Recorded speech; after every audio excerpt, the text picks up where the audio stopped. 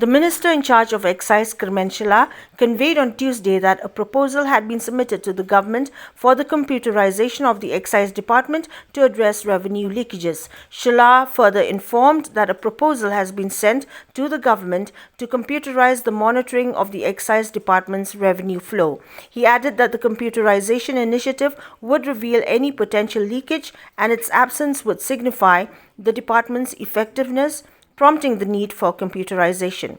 When asked about revenue leakage records, Shylla noted their absence due to the lack of data, motivating the department to advocate for computerization in anticipation of positive changes in the revenue flow.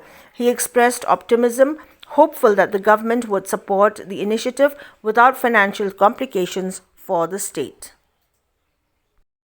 As of now, we have no proof. So that's why we said by introducing this computerization, if there is a leakage, we'll find it out. If there is no leakage also, at least we will get to know that we have been doing good. So that's why introducing this computerization is very important. But I believe that the government will give us the chance to go ahead with this if there is no financial, complication or financial problem for our state. So let's hope for the best for this, and I believe that we can do the best for our department.